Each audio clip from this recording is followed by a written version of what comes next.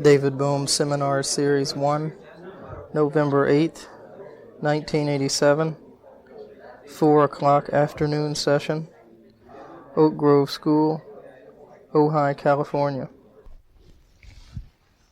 Is it ready now? All right. I think we'll begin if there are 4 groups that are going to just state their questions they came to.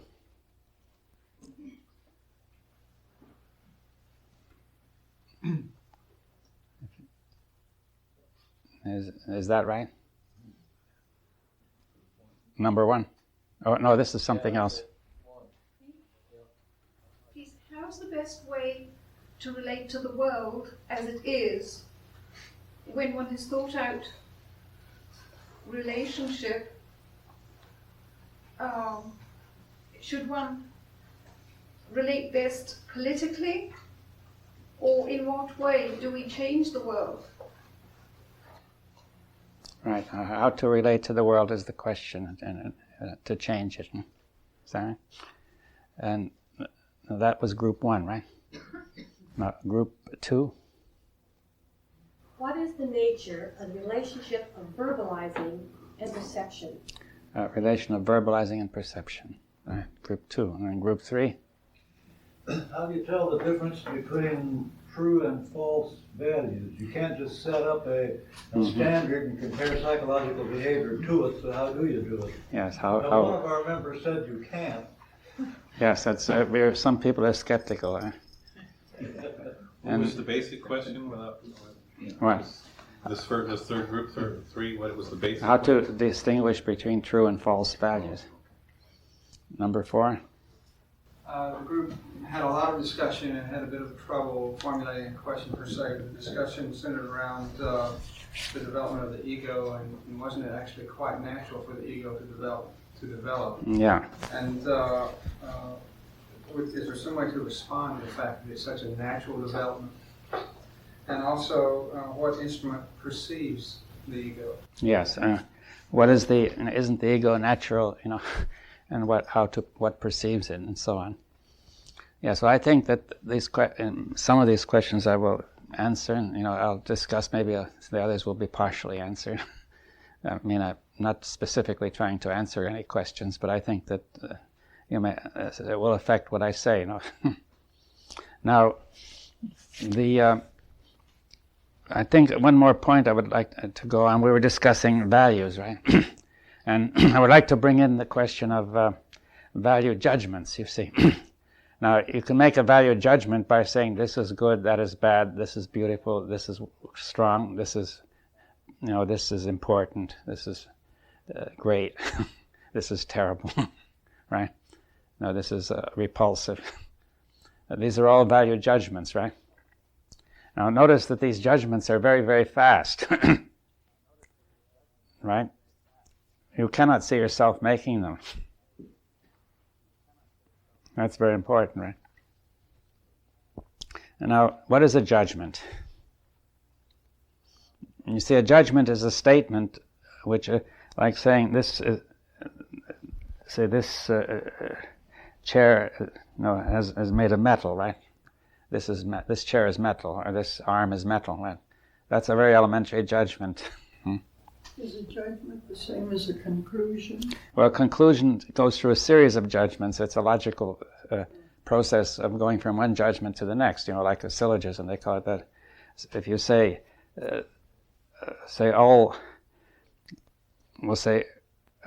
gold is a metal, all metals conduct electricity, therefore gold conducts electricity, right?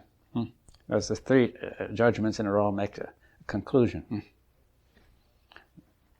Now, that's called, in logical terminology, a syllogism. It won't help you to know that. No,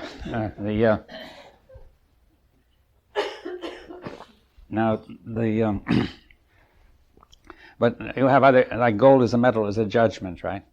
And you can go on saying this is beautiful, or this is ugly, or this being such and such an object is useful, or serves its purpose, right? Or it doesn't serve its purpose. You see, now judgments may originally be based on perception, right? An expression of a perception in a logical form, right? But they then become sort of remembered and begin to react automatically, right? That is, your judgments may now come from thought, from memory.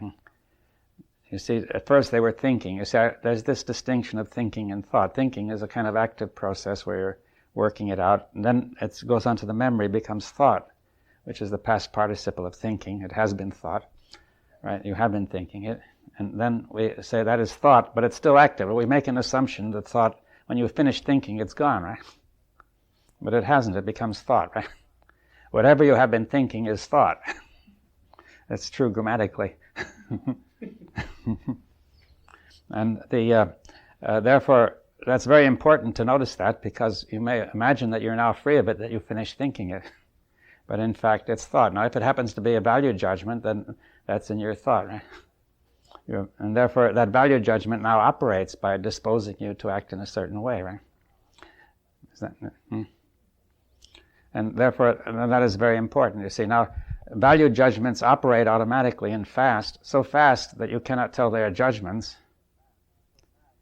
And therefore, they are taken as perceptions of reality and true perceptions of reality. Because anything that fast which you do not see as thought, you tend to assume almost automatically that it must be perception and reality, right? That you have perceived. Moving back a little bit, I can understand saying this is a metal chair.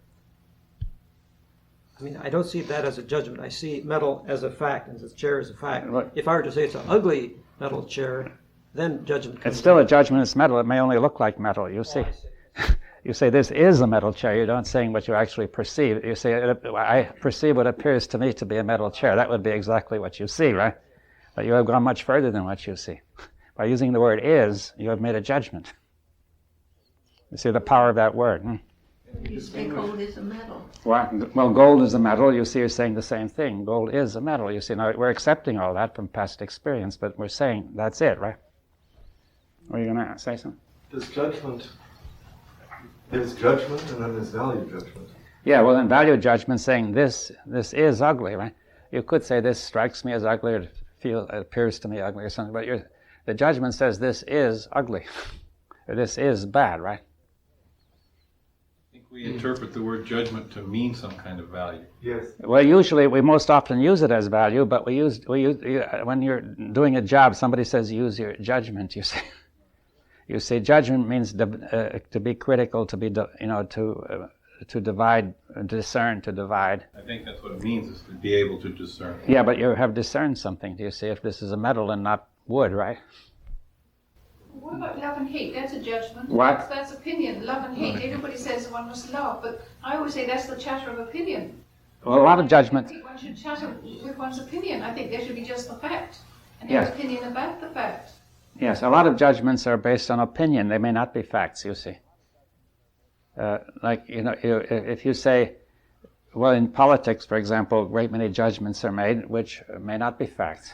I mean, I think we hardly need to illustrate it. Why?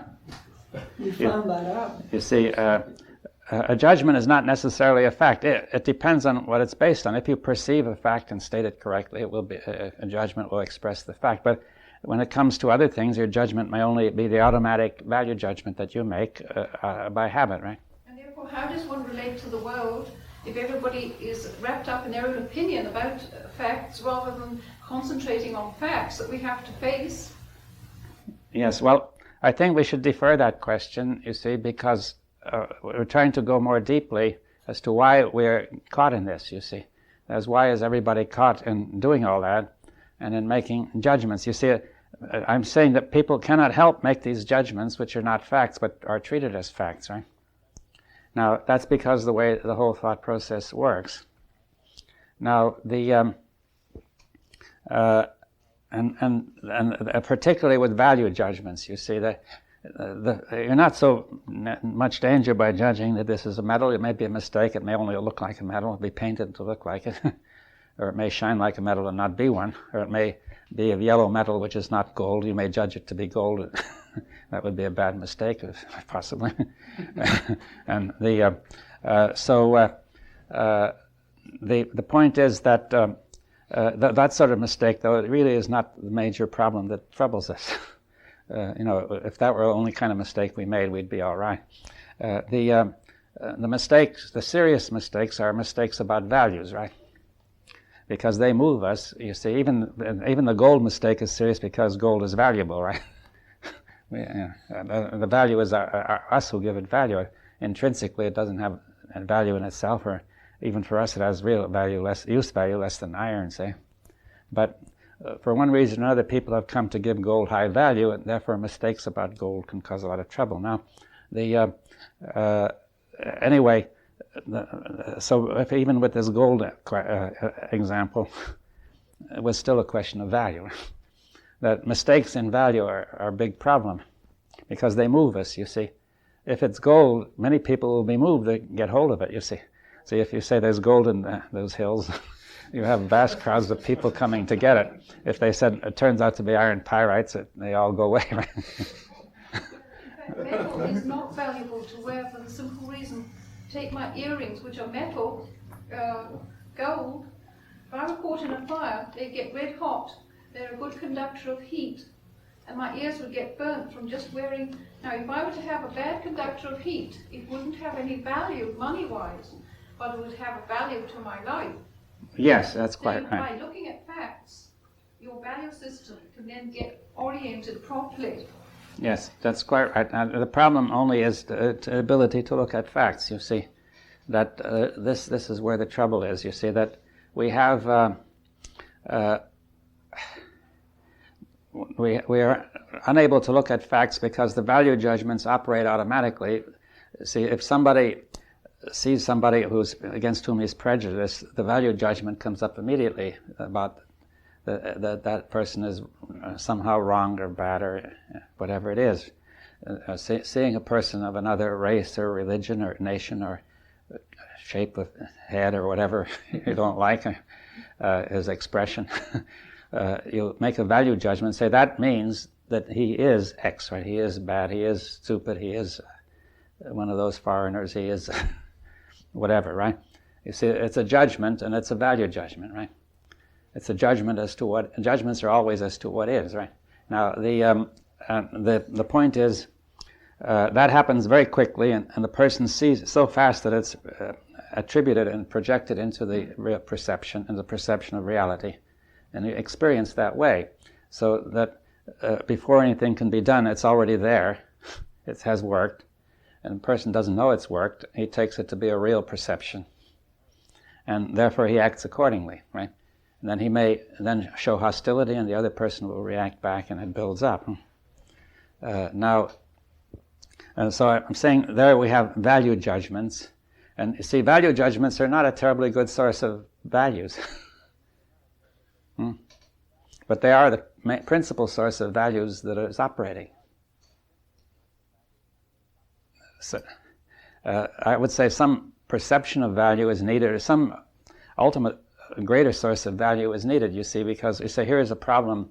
If we have a value, let's say telephones are useful, have value because you can talk from one person to another, right?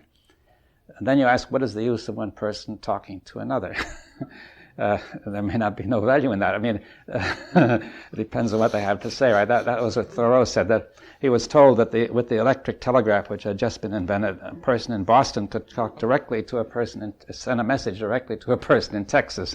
So Thoreau said he didn't know anybody in Boston who had anything so important to say that it shouldn't be sent to Texas right away. So the point is that the value of the telephone depends, it's the same as that web of mistakes. The value depends on a whole web and structure of values, right? And so you'll never get to the end of that, right? You can never find the ultimate value on which that rests. You see, if life loses its meaning, then none of this has any value, right? And that is an old story, as we said in the Bible and so on, that it happens, right? So so we have all this question of, there's no foundation apparently for values, and in place of a foundation we get our values out of value judgments, which are based on our conditioning, clearly, on the whole past history of the human race and so on. And that is really, there's no reason why a value judgment should give you a correct information about values. I mean, any more than, you might as well get it out of your computer, you see. Probably more reliably. You could make a list of values and press the button and get your value. You're saying are you saying the major distinction in values is between whether it's a perception of value versus a value judgment, which is a product of... So let's say we're viewing a work of art, you see, and trying to determine its value. a common occasion among some people. And how do we judge it? We say we've got to judge its value. Everybody says so. And you see, you might say I have a tremendous amount of experience judging art, and I use that to judge the value, you see. And I say, well, I know that this is what people will buy, and that's not what they'll buy, and so on. You see, but you see, if it came to really judging it from the beginning, you would have to perceive that work of art and understand it, right, in a way which is not mechanical. Now, when new kinds of art appear, people don't know how to judge it, right? And they are inclined to say it's rubbish. Like with the Impressionists, there were really riots when that first came out. And then later they say, okay, it has high value, we'll pay it. And then that painting, which sold for, say, $5 or something in the beginning, now sells for $5 million. And the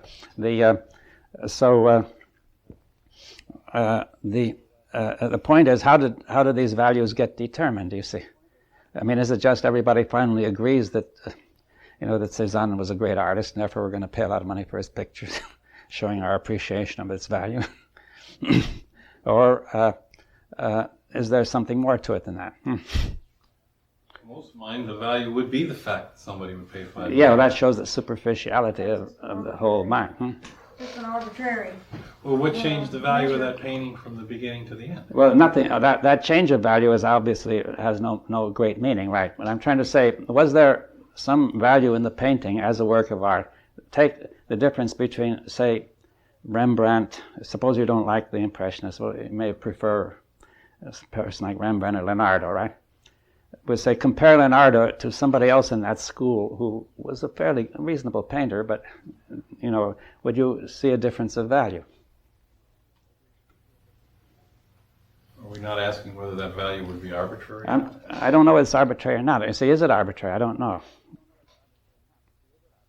Well, then you're asking if there's an intrinsic value. Or intrinsic perception of value, yes. You see, to say as a work of art, whatever it's supposed to do, that there's more value in that than in, say, somebody who, just does mediocre work, right?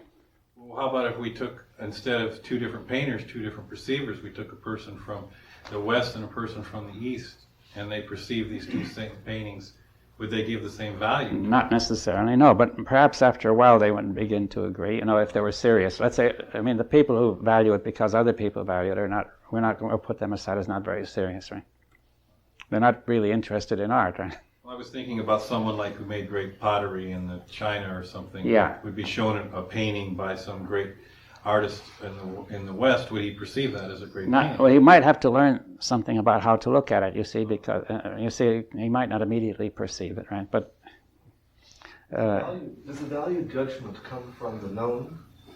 Well, the judgment obviously is the known because the judgment is based on the past, right? Value judgment is, I say that's a valuable painting because I know that it is highly valued. Yes, that's one way to say I know that it's such and such a thing, and we know that's a syllogism, and we know things of that nature are very valuable, right? Yeah. Right. You see, that's one way of making judgments, that things of this category are very valuable. X is in this category, therefore X is very valuable. We're asking about sort of a basic kind of value rather than a imposed value, aren't we? Yeah. Well, also take a scientific theory. There's Einstein's theory, and maybe some other scientist X may have made a theory, and somehow people may feel that one has a higher value than the other. In that case, it would be the one that appealed more to the sense of reality, or the sense of... Well, also the whole inner structure of it, its consistency, its beauty, and so on, you see. It's a very similar question to the work of art. It's like when Einstein's theory came out, the Germans said that it was some kind of conspiracy. Yes, well, that was again a distortion. We're trying to say there is all sorts of distorted ways of looking at value, but I'm raising the question: are there some that are not? And we're not going to answer it, but I'm saying it's worth thinking about. Take a scientific theory, a painting, or take a beautiful view of nature or whatever. And you see, compare it, let's say, to a bunch of shacks in a slum. And say, is this an arbitrary convention that you prefer this beautiful view to the shacks, or is there something more to it than that? You see.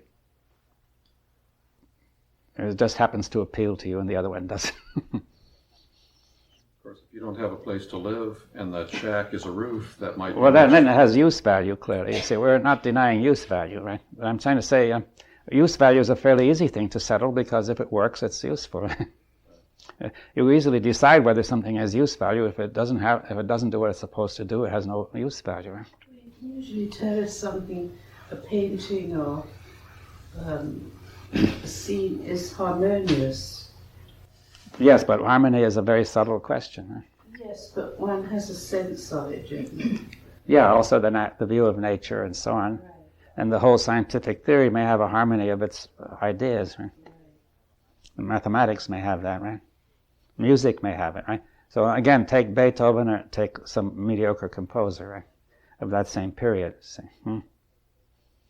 Again, Chopin, well, he was derided as being dissonant when... Yes, but so was Mozart, you see. I mean, people have a hard time, because they judge music by value judgments based on their past experience, they could not appreciate it, right?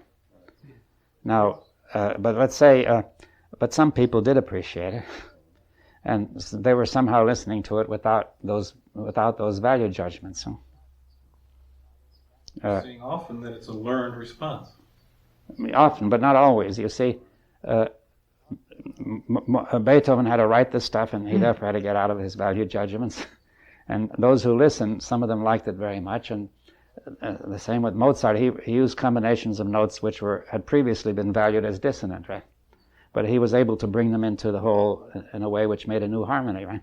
Now, some people could perceive that and some couldn't, right? Some are stuck in their value judgments and said, we cannot see this.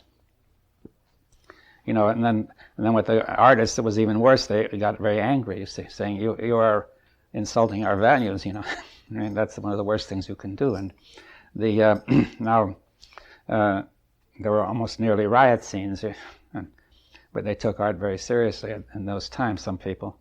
Now, so I'm saying just simply to indicate that there may be a perception of value that is not just a value judgment, right? And keep it in mind, that's all, you know. But Well, couldn't you call that quality rather than value? But that quality is sensed as value, you see. As something powerful and good, beautiful, you know, harmonious. Harmony is sensed as value, you see, and... That word value seems to bring out already the judgment. No, but we have to get freed from that, because value means strength and power. If you say all strength and power is to be associated to judgment and anything else not, then we're going to lose the strength and power which is in value, right? You see, people used to talk of value in a very good way, saying the eternal values, you know, the values of goodness and so on. And it was not intended to be a judgment. It may have been one because they couldn't help it, but the intention was not that, right? Excuse me, but even today, the dealers or the handlers of major artworks will say that they have to stand in front of the painting and that certain feeling comes across. And another dealer or agent will agree that this feeling has to come across. Yeah. It isn't something that they can converse on. No, it's not even it's very commercialized, but yet there is still something left of some value that they stand for, right? But it seems to be more internal. Well, you have to perceive it, you see, and feel it, right? Beyond the word? Yeah. You see, if you... so I say that there are values that we can perceive beyond the word, which can then be put in words, which take the form, apparently, of judgments by saying this is a very good painting, right? But there's something behind it, beyond the word, right? Now, but then if other people start repeating, this is a very good painting, and automatically the thought comes, this is a very good painting. You see. So therefore, we have to see how one slips into the other. And now that's an indication. You see, now let's come back to value judgments. Where the trouble about value judgments is they're so fast, right? That you can't tell they're not perceptions. See, the value judgment claims to be just the kind of perception of value that we were talking about. Exactly. That's why it's so why it creates illusion. So we're saying that the one is where value is intrinsic, and the other where it's based on experience of the person who's. Well, it's based on his past thought and so on, and on the thought of everybody, and this is based on direct perception, right? Now, but both look the same to the person who's experiencing it. You see, that's nobody would be fooled by a value, by words, unless he felt that he was seeing something. Right? You see, the words produce the impression of seeing something, right? As we've explained about the television set, right? So now, so you've got these values, and the value judgments, right? Now, then value judgments are very fast, you see. Now we're saying about anger, right? Can you suspend anger and look at anger and see the whole thing going on? Now, let's say you can suspend the activity of anger, but a very big part of anger is the thought, I have good reason to be angry. Now, in there appears the word good, which is a value judgment, right? That's where you're stuck, right? You see, you can see everything except the operation of the word good. Is that clear? That goes so fast you don't see that, right? I've seemed to have perceived the goodness of your good reason. Now, if you have a good reason, one way is to see it's a good reason, you see. I mean, there are many cases where you do have good reasons and you can see that it's a good reason. Now, what about this good reason to be angry? You say, have you seen that it is a good reason? You apparently have. But if you look, you see you haven't, right? And if you try to analyze the reason, you'll see usually it's not a good reason. Is that clear? I was saying, he did this and this and this to me, and therefore I have a good reason, right? But the goodness of the good reason, see, the perception of what is reasonable and right is still the same as the artistic perception. Finally. Is that clear? And the scientific perception of what is a right theory and so on. You can call it intuitive, or that's whatever. Some people call it intuitive, but intuition often is used in another way of being a bit sentimental and vague and so on. I mean that this is a very clear, sharp perception, immediate, that this is reasonable, you see, that this is a good reason. Now, you can then explain it by analysis sometimes, right? It's not that you get to the reason by analysis, but rather the analysis explains and communicates the right reason, or checks it, right? So therefore, we'll say that, but actually if you make an analysis of your anger, you will find that you haven't got a good reason to be angry, right? So analysis is useful because it helps to show a mistake, saying you thought you had a good reason when you didn't, huh? But your reasons actually contradict each other. So therefore, you can see now I'm saying that fundamentally perception is immediate, even of reasons, and as well as artworks and various other things. But but there's an illusion arises, which is that, see, the person who is intuitive is very often, who thinks he is intuitive, is very often using value judgments. Because a value judgment which is tacit is felt as an immediate intuitive perception, right? Say a person is prejudiced, he feels he intuitively sees the bad nature of this person, right? Isn't that clear? He doesn't see that he has a reason behind it. That he say all people of this nature, we all know, no, everybody has said all people of this kind are such and such, and all that, right? So therefore intuition is often rather the other way around. Value judgments are often mistaken for intuitive perceptions, So which gives them great power. Everything seems like a value judgment, sort of related to all that meaning and stuff that we were talking about. And the way we relate to each other is through value judgments and stuff. Yes, well then we're not related.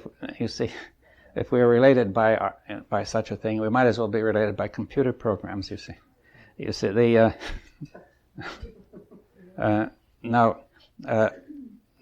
these value judgments. There's no reason they may accidentally be correct in some cases, but there's no reason why they should be, right? Because they're not based on actually seeing the actual fact. We seem to be a step away from sort of protect us from the fact. Yeah, well, we may want to protect our value judgments and so on, you see, and so on. We'll have to go into the reason for that.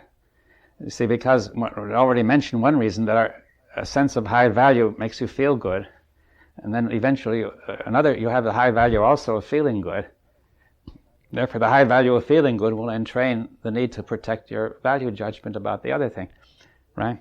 If you say, I have a great work of art in my possession and it makes me feel good, and but feeling good is also very valuable. If somebody questions the value of that great work of art, I won't feel so good, right? And therefore, I say he's wrong, right? I deny his statement, and I say the opposite, that this is a very valuable piece of work, because I must continue to feel good, right? His evidence no longer counts with me, right? Most of us are judging each other by the kind of clothes and the kind of vehicle and the kind of houses and the kind of possessions. Well, that's because our society, those are basic values in our society, right? And that's how we relate to each other. Yeah. Yes, but that's the way the society is working. It's a plain fact. You see, so therefore, we have these value judgments, and now the thing to notice is how this value judgment is very fast. Huh? Right. It's too fast for you to make the connection that I was asking for, to have proprioception, to see the thought producing it. As soon as you have this value judgment, you move forward or shrink away. Yeah, you may not even be conscious of the thought. It was long ago, or else you never even had it. Other people had it for you, right?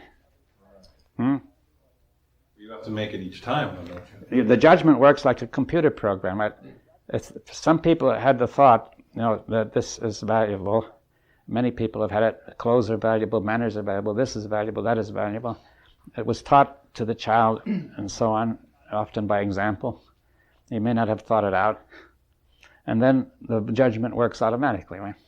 It disposes the person to act accordingly. But it's being made each time. It acts each time. It has been made long ago. No, the judgment has been made long ago, perhaps before you were... It may have been made long before you were born. It isn't being made, but it is acting at each time. Mechanical response. What? It's a mechanical response. Yeah. David, isn't it essentially like a habit? I think I've seen that a habit, the reason I like habit, wrongly, is that it's so quick. It's so fast, and it's well, it is a kind of habit of thought, isn't it? Right. You see, so the program that runs, and it's one that hasn't gotten me killed before, and it's pretty, sort of fits more or less, and so I can use it. Well, it fits into this society because it was made to fit, right? But for the society as a whole, it leads to disaster, you see, so in the long run. Now, the point is, we have this value judgment. It is very fast, and I would ask a question. I don't know if we can answer it at this, in this seminar, which is it possible to suspend a value judgment? Often you're asked to suspend judgment, before, and that's obviously a good thing to do, right? To be able to examine the situation. If you could examine the situation, then your judgment is suspended and it will then form properly. Right?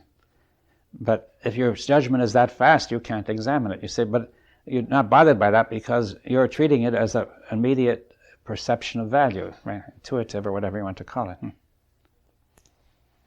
Now, but can one suspend a value judgment? If you see it as adding more mud, then maybe you can. Yes, but it's very fast. You see, it may require a lot of work on it.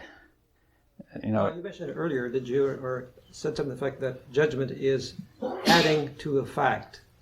Yes, it may be in many cases you add to the fact something that should be added, right? But maybe there are times where adding to facts is dangerous, like adding something to a mixture may cause an explosion. So be very careful what you add to facts. Well, it must be correct. You must have added what is correct, you see. That is, the use of judgments, a series of judgments, say in mathematics, you use a train of reasoning, which you may add to the fact. You see, you're drawing conclusions, right? And that's all right. If you make a mistake in the mathematics, you've added something that may lead you astray. Now, so therefore you can't trust it just because it's an equation, right? Now, therefore, but if you make a mistake in a judgment about, or a series of judgments about people, this can be very dangerous, right? Could you help yourself by asking yourself after each one of these decisions, is this a value judgment? Well, you first become aware that you're making value judgments. Let's put it that way. But you see, I'm not aware that I've made a value judgment. It just comes out bang, and then I'm stuck. Well, I've already made it. But can you go? Can I catch it after the fact? You can catch it after the fact and say, "I've done it," right? Yeah, I'm saying if I ask the question, have I made a value judgment? Then I can look at it. I get a second chance, don't I? Yeah, you can look. Will that contribute then to interrupting them, stopping them? Well, that's the first step to realize you're making them, right?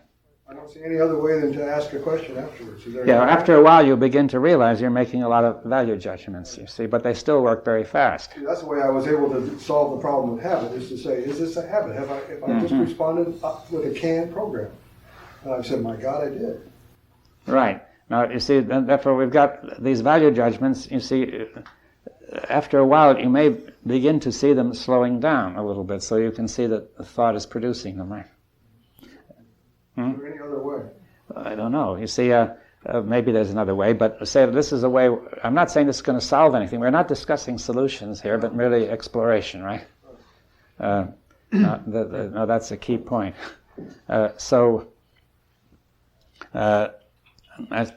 Okay, so we have got to suspend value judgments. Let's say we see the necessity anyway of suspending value judgments, and perhaps we don't know how to do it, but we can at least be aware we're making them and pay attention to it and try to pay attention to how it happens. Right? You could try to do the thing over as you did with anger, right? To try to express the words which constitute the value judgment and see if it does something to you. I've noticed that when I make a value judgment, I'm often stuck with the residue of that value judgment in the face of the facts that come subsequent to it. Yeah. I've made a commitment to this value judgment. It doesn't allow me to see the truth of like about a person. I say, oh, that guy's a jerk. That's a value judgment. Yeah. Now, subsequently, I come in a relationship and find out that this person is not a jerk, that he's very likable or whatever. But in that case, either I alter that value judgment and accept this person and realize I made one, or else I can't really perceive because I've given my energy to this judgment more than I have to my perception. Yeah, that judgment is still being held because it's part of a web of judgments, of entrained and entangled judgments, right? It's a kind of frozen energy. But it's frozen in by a vast web. It depends on other judgments. And the judgment that I'm always right. Heaven knows how many judgments, you see. So it doesn't easily change, right? See, it's still part of the same structure. The facts are always challenging our judgments, and so we have to spend a lot of energy refusing to see this. Mm-hmm. I mean, we maintain it through our maintenance of it. We give an energy. We've all made a value judgment about something like that's no good. It's not. Somebody hands you the wrong tool, you say it's not going to work, and you find it working. You sort of feel like you've created a kind of energy that was non-conducive. Yeah, we see that every value judgment liberates energy or affects your energy because values are essentially the liberators of energy, right? Value means strength, right? Value means strength, power, right? Energy. So values are what liberate energy, you see. Right.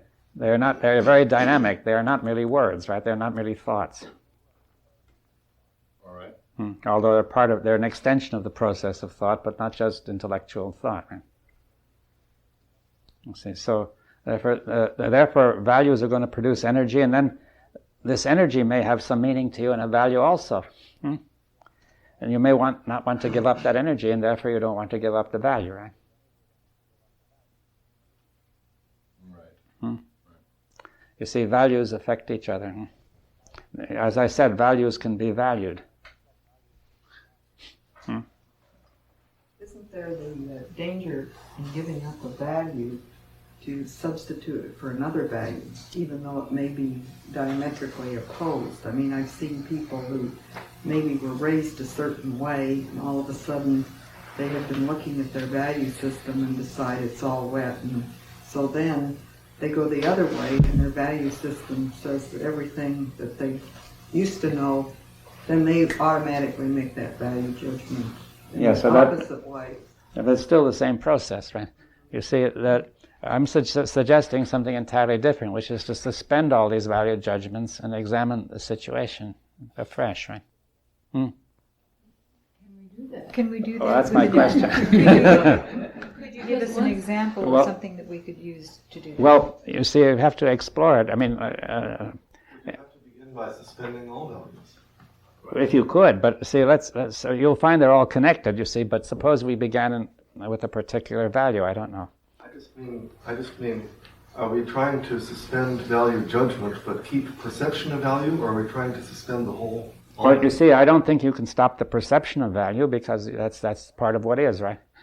You see, the value judgment which gets in the way can be suspended, at least that we suggest, right? Now, some value judgments may be useful in some limited area, you see, but but in general, value judgments are of this nature, and can they, even those that are useful, they have to be suspended from time to time so you can examine whether they're still useful, right? And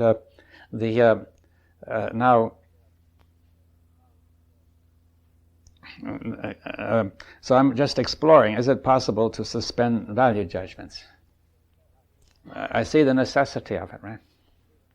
Much of language seems to be a value judgment. What? A whole bunch of our language seems to be a value judgment. It's all around us, you see, but can it be suspended? We're not going to get rid of it, and we're not going to oppose it with another set, and we are not going to just simply try to put it in abeyance. Do you see? Putting your value system in abeyance is not going to help us, because you will be right back in it as soon as you're finished with that, right? So we need to perceive it in action. Yeah. The recognition that we've made a value judgment is not another value judgment? It can be a perception. It could be a value judgment, saying, we've been making value judgments, and I now make another judgment, which is that I should stop making them. That it's bad to make value judgments, right? See, that's why I say let's suspend value judgments and examine them. And when we do that, then we can better relate. Well, certainly we'll be able. That removes a great deal of the mud which is in our spectacles, right? Value judgments are one of the principal sources of this mud, right? Prejudice, for example. Anybody with prejudice, we could say he's got mud on his spectacles, right? Prejudice is a value judgment, right? Yeah, it's a value judgment. It's the very word says so, prejudgment, prejudice. Yeah. Suspend sounds like it means throw out. So hold back. Suspend means to hang, you see. It's kept hanging. Also use the word delay there, just delay. Well, it's the same thing as suspend, isn't it? Well, yeah, but delay implies that we are going to have it sooner or later. Suspend means I may or may not make it. You see, it's pending, you see. Right? Pending means hanging, like a pendulum, right? And the thing is that the value judgment is suspended, right? And that's easier said than done, because. But I'm saying let's consider it. You see, we're exploring it. I'm not saying we're going to solve it. I'm not saying I have solved it. I see the necessity of it, right? This is something creative that we've got to learn. Can we use the old phrase, awareness without choice? Well, that's the same thing. You see, values are choice. You see, all choice depends on value, right? Now, if you're full of value judgments, whatever you see is going to be colored by those values and by those choices, right? If your value judgments were all suspended, then perhaps you could see a fact without being colored by false values, right? Now, so as long as your value judgments are operating that way, you're not going to see a fact properly. One of the problems is how to see. If one was to say, I want to see my value judgments, they've got to be a fact. Would these value judgments just show themselves through the willingness to look at them? Or No, I'm saying we've got to see the value judgments as a factual process, too, without value judgments. When I say I see the necessity of suspending value judgments, is that also a value judgment? No, it could be, but I'm saying if it is, that's unfortunate. You see. It's like one of the problems is that this happens so fast that we're not aware of the process. Exactly. And maybe by putting it in suspension, we can slow it down long enough that we can get a look Yes, at it. That's what I'm suggesting. If we could somehow manage to suspend it, we would see it happening as a process, like we said, with proprioception in this pipeline. Right? And then the value judgment itself would be a fact, would be the perception of a fact, right? See, we would turn value judgments into facts. The fact being that I'm having a value judgment. Yes, and the value of such and such a nature. Right? You see, people are arguing about facts versus values, but you see, that's too simple. That value judgments are may themselves be treated as facts, and facts depend entirely on values. So there's no sharp separation of fact and value, the way some people like to say. Huh? So you've got to be very clear about values before you can see a fact properly. Yeah. That's true. We use those things. We make them all the time. They're consciousness, like you say, consciousness of the fact that we are making them. George Bush is a wimp, and Reagan doesn't care about the poor, and Ginsburg is a dope head. You know, we do this all the time, and it does get in the way something terrible. Yes, and you see that we therefore don't see facts, right? Right now, yes. So I'm saying these value judgments we've got to get hold of somehow, you know, and treat them as facts, which means seeing them as perceiving them and what's actually happening when we make a value judgment, right? Seeing the whole process in action.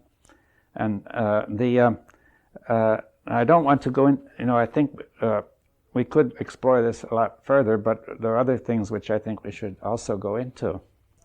And one of them is the self-image. I call it the self-world image, which is one of the things behind the difficulty of seeing any of this, right? And you see, everybody has got a self-world image, right? I say the self-image includes, you know, a notion of what sort of person you should be, or what a person should be, what you are, you know, how you're related to other people, you know, what your strong and weak points are, you know, what you like and dislike. It also includes an image of the body and an image of the world in which the body has its existence and its security or insecurity, right? An image of society, and it has an image of the mind and the spirit and the soul, and so on. In other words, it's an image of the whole world within which is yourself and other people, and the images of other people, right? It's a world of images, right? Imagination, but it's not just a television image, it's more like a fantasy, or more like the image that an actor makes when he's acting a role, right? It will have props all around in reality. It will sort of mix with reality, this image. So it sort of fuses. Now, so you can, like we were saying, that reality, for the infant, reality is a particular kind of fantasy. But it's the other way around also. Fantasy is a particular kind of reality, right? Is that clear? You have to see it both ways. That fantasy is a real process, and you have to see it as a fact, right? So we have this self-world image experience as a fantasy, with the feeling that there is me, and the image of me experiencing the image of the body and the world, right, and other people. There's a whole world there. In a dream, of course, you see it's a whole world, right? But in an ordinary experience, it is fused with real things, right? Which are, if we're living in the image, the real things are props for the image, right?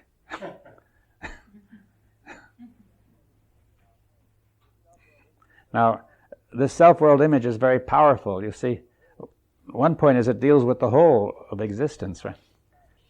It's so powerful and fast. It's full of value judgments, which are very fast, right? The sense of truth and reality. And also, anything dealing with the whole would have very high value, right? Wholeness has a very high value.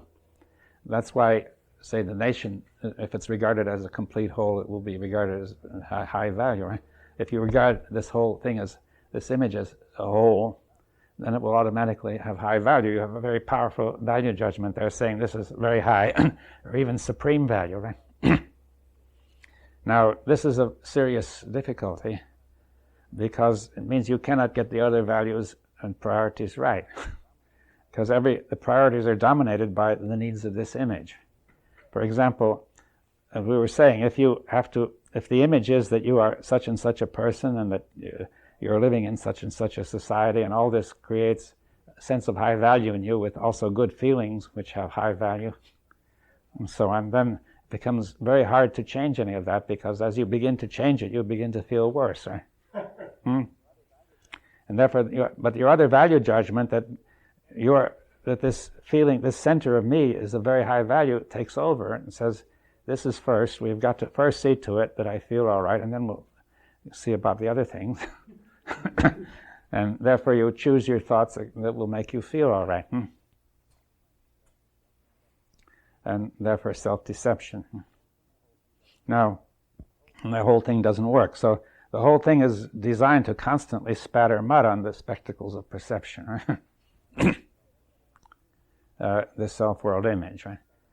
Whether it ever had any use, I don't know. You see, it probably has some use, you see, in the sense that we need a kind of self-world image to guide us, right? A kind of map, right?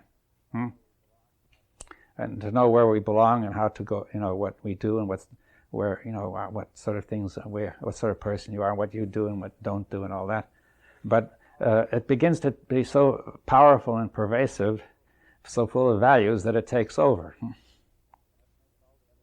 Right? And it makes all the other values impossible to get straight. And because it's based on value judgments, it's extremely fast. You don't see it happening. Right? It comes out as truth and reality. Is the self-image the same as ego?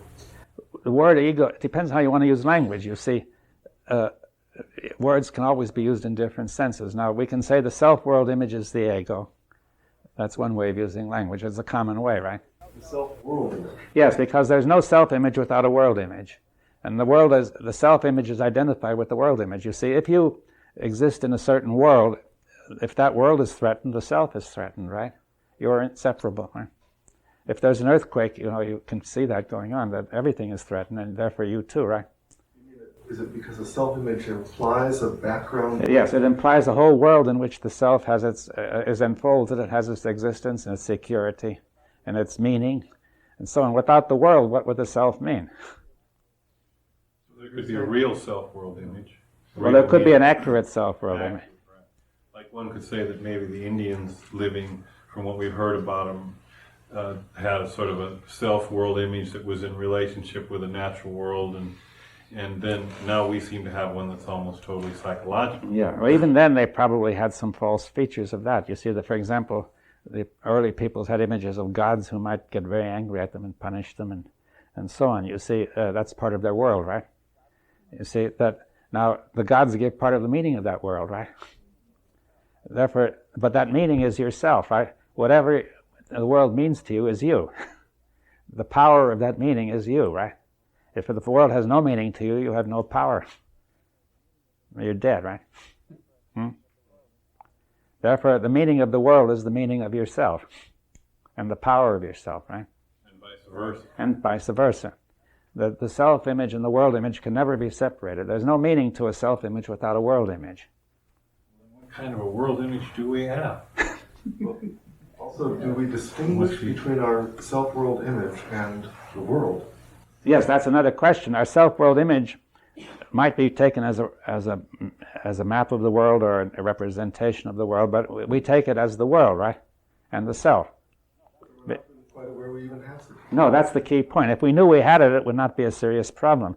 You see, if you know you've got a map, you can say it may be a good map, it may be a bad one, but I can look at the real territory and see how good it is. But it may misguide me. But if I take the map to be the territory, you see, it won't work. Now, see, we have a self-world image, but we don't treat it as a self-world image. We treat it as a self-world. Are value judgments part of that self-world image? Yes, because that's what gives it the power. That's why it works on its own without our having to do anything about it. It works so much on its own that we say it has all the characteristics of reality. You see, it doesn't need us to help it. It just goes, right?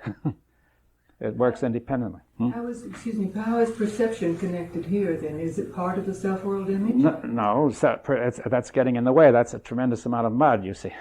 That is, if the self-world image were known to be a self-world image and seen to be one, it would not cause trouble. Perception would be free of it? Yeah, because you would then take it into account, saying there's my image and there's the reality, right? So perception has no connection or no relationship with the self-world image? Well, no. Maybe people used some facts originally to make the image which they perceive, but then it got tangled up in this image in fantasy and so on, right? So the perception that is without the mud is without the self-world image? Yes, you see, perception is always one, too. You see, if you have mud on the windscreen, you still perceive, but you're perceiving mud, right? Mm-hmm. On the other hand, if you suppose it's halfway spattered with mud, and you look through the windscreen, you perceive a world modified by mud, right? If you don't know it's mud, then you perceive a distorted perception of the world, right? If you suppose there was no mud on your windscreen, when there is mud, that's the position you'd be in, right? If you know it's mud, the least you can say is, I know that I'm not seeing right, and therefore, fundamentally, it's not confusing me, right? As long as there's any mud, is there any clear perception? Well, if you know it's mud, and you see, suppose part of your screen is spattered with mud, I say, I know it's mud, so at least I know that is not clear, and I can, some parts may be clear, some may not, and I can take it into account, or I can try to wipe off the mud or something, right? Something I can do. But if I think the mud is not mud, but the world, part of the world, then I have nothing to do, right? What? You'd be totally lost. Yeah. So the first thing is to see that mud is mud, not the world, right? Now, so that's what we've been discussing all the time. That's self-deception, you see. We have been discussing this whole seminar has been looking at that, saying, how do we know, how do we see there's mud, how does it all work, what is the machinery that's spattering it all the time, and so on. We also do this, I think we can go one farther. There's me, and I project what I am, my self-image on the world, and then you go beyond that, and people do the same thing, I think, when they create God. That's true. There will be one out there, but it would not be me projected on it. So that God has my peculiarities. Yes. You see that in the myth. The gods are quite obviously just people writ large, with all their mistakes intact. Yes, that's very true. You see that the people trying to get beyond this. See, people have said we want to get beyond something so limited, but then they simply think they extend the self-world image to include God, right? Don't we sort of go between being God and little orphan Annie? Yes, it's that extreme, saying little me and great,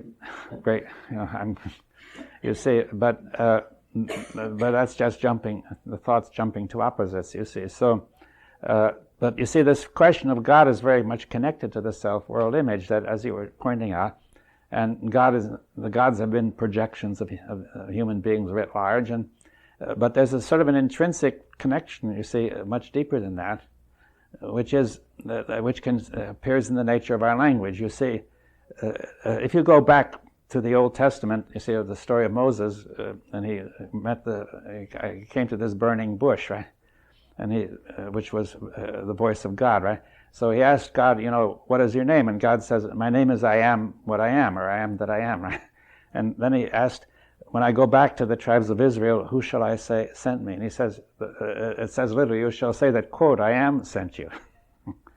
You see, which meant literally that I am is the name of God, right? It just happens that his real name is I am. Now, but that is a very good perception, you see, that whatever you would mean by God, you mean exactly the same thing by I am. And you say I am just by itself means God, right? It means I also can be expanded to mean he was, he is, he will be forever, and so on, because only that could be true of I am, right? And it's written in Hebrew. You can't say I am. You would have to say his name is actually I will be, right? I will be whatever I will be. So I think that is a perception. The word I am implies something of supreme value. That which is, right? All that which is now and forever. And nothing could have higher value than that. So the is that which is, we don't know. We don't know. But also, as far as I am is that which we don't know too, right? So you have this, and now we can now say I am, which has supreme value, but we now each person calls himself I am, right? I am, but he just adds another bit to it and says I am Mr. X, right? But the first word is I am, right? It's a value. It implies a value judgment of supreme value. Was it a supreme joke? Was it a joke? No, it's no joke. It's true. It's a fact, right? It's a fact that I am implies supreme value, you see. And also, the very place the self is in the self-world image is the center, the apparent creator, everything. It all backs it up, right? It's for the infinite. It must be overwhelmingly powerful. You see, so therefore, it seems that there's some natural way in which we would come into this sort of problem, right? That there's some tendency, yes, to give this supreme value to I am. And then you say I am Mr. So-and-so, I am X, I am here, I am this or that. And then that puts the unlimited into the limited, you see. It creates a conflict, right? And perhaps we'll discuss that. I think that this is about the right time, right?